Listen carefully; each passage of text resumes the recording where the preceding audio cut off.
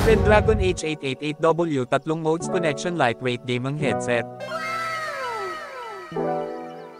Pwede siyang Bluetooth, pwede wire, pwede USB wireless. Makakanood ka na ng bold kahit di naririnig ng iba. Panalo te dahil magaan sa ulo. Kahit magdamag ka manood. Panoorin nyo muna paano ko i-unbox itong headset. Ayan, pinapakita ko sa inyo ng malapit, baka kasi magreklamo pa kayo, nakikinod na lang kayo eh.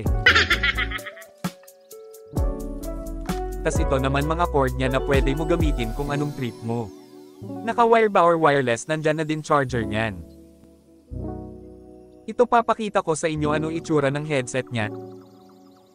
Natutupi siya ng ganyan kaliit, sobrang gaan ng headset na ito.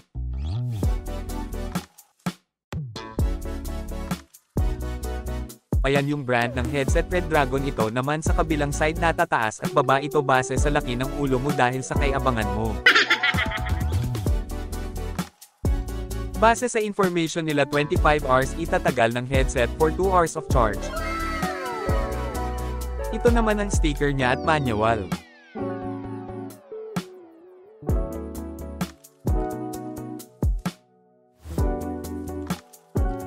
Ito naman mga wire niya. Pati yung detachable na mic. Meron na din yan noise cancellation, wala ka na irereklamo dyan, di na din yan gaano kamahal katulad ng ibang brand. Pero sigurado ako may reklamo ka pa din kasi reklamador ka, kupal. Okay na nabigay ko na gusto mo malaman, edi bye, salamat sa panunood.